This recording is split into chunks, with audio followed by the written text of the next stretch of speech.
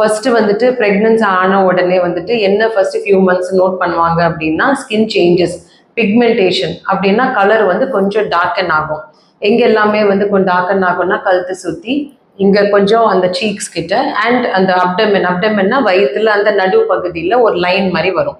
So these are very normal pigmentary changes in pregnancy.